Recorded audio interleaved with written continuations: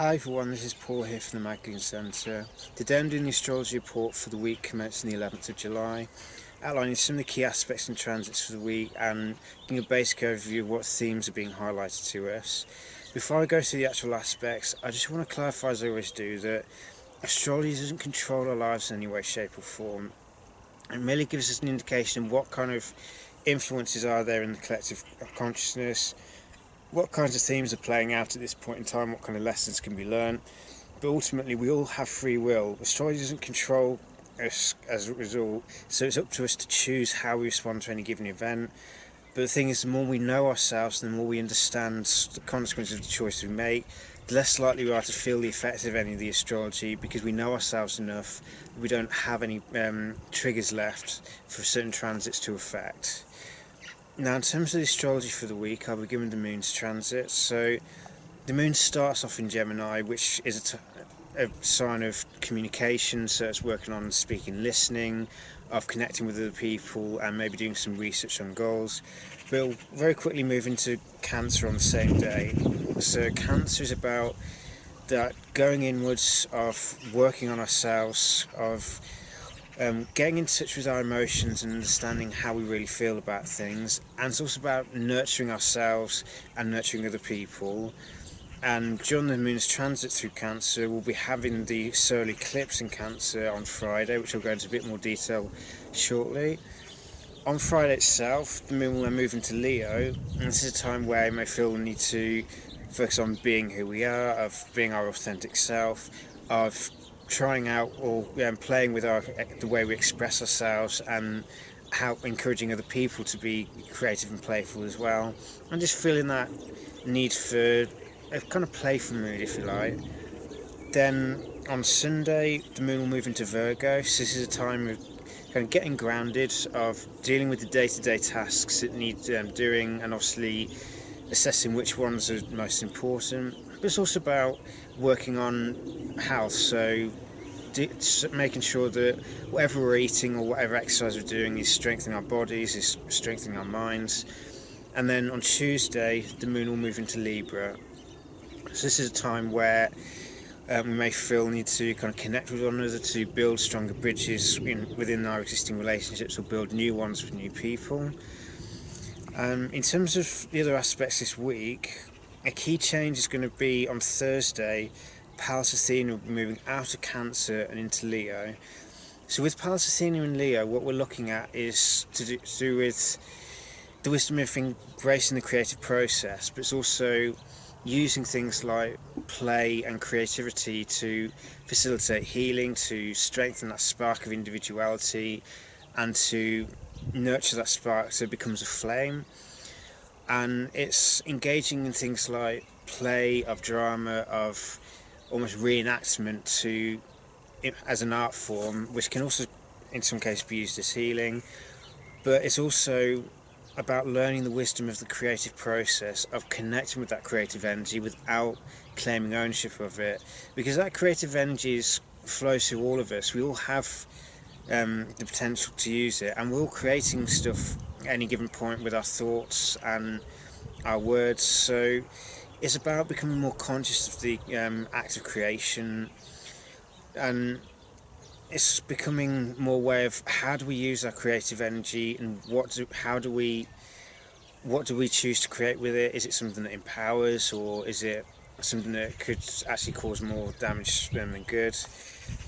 But another thing that I forgot to mention last week, but we're now in the shadow of the Mercury retrograde. So Mercury's going to retrograde on the 26th of July, but during this 2 weeks leading up to the 26th of July, which happens to be the day before this lunar eclipse in Aquarius, but this is a time for slowing down. So rather than trying to go full speed ahead, it's getting ready to slow down rather than trying to fight the natural flow of things.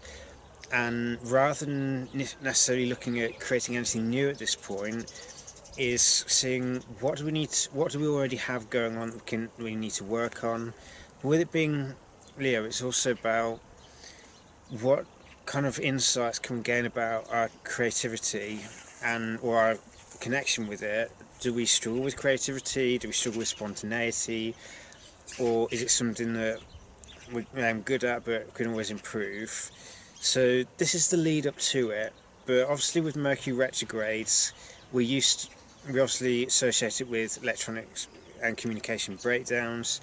So, but this is usually just a way of getting our attention. But we start feeling the effects of it when Mercury moves into his shadow. So it doesn't just happen at the Mercury retrograde; it also happens in the couple of weeks prior. So, if things start to look like they're crackling or things aren't operating that smoothly, it may just be prompt to slow down rather than keep pushing ahead and start to become more aware of our relationship with our own creativity, start becoming more aware of what we're creating. The other major aspect this week is going to be the annual opposition between the Sun and Pluto retrograde. This marks the midpoint of Pluto's retrograde, and Pluto is all about our relationship with power, of how we deal with letting go of the past. It's about the purification of consciousness through the polarization of any given aspect of consciousness into a positive and negative camp, and showing us that if we want to be empowered, we need to shed our shadow side, not by rejecting it or denying it, but learning to accept it and shining the light of consciousness on it so the light can transform it. And it then, that shadow that originally could have caused us problems can now be harnessed consciously to empower us further, as long as that power is used in a way that's transversal. So it's not about elevating the self, it's about the exercise of power in ways that benefit multiple people and not just ourselves. So it needs to be something that it'll exercise in ways that help other people. And this aspect is going to be almost exact at the point of the eclipse as well on Friday. So Pluto is going to have a major effect during the solar eclipse in Cancer. Now the solar eclipse in Cancer is like a new moon on steroids, so it's also a time of revealing what in our life do we need to now start creating, and it brings the past and the future together. It's time of seeing what lessons do we need to be learning at this point, because the eclipse is generally set a 6-month lesson. In Cancer, what we're looking at is how connected are we with our emotions, how connected are we with our feelings, but also where do we draw emotional security from? Do we try and achieve emotional security in our relationships through depending on people being a certain way or giving us what we need? Or do we seek to create emotional security on the inside? So we work on nurturing ourselves, of being in touch with our emotions without being swamped by them, and learning to let go of any tendency towards neediness, and instead starting to rely on us, or learning self-reliance and self-nurturing, so that we don't need other people to nurture us. If they want to nurture us, great, but it's not something that we need from other people, so we stop trying to manipulate or engage in subtle games to get attention and love from other people.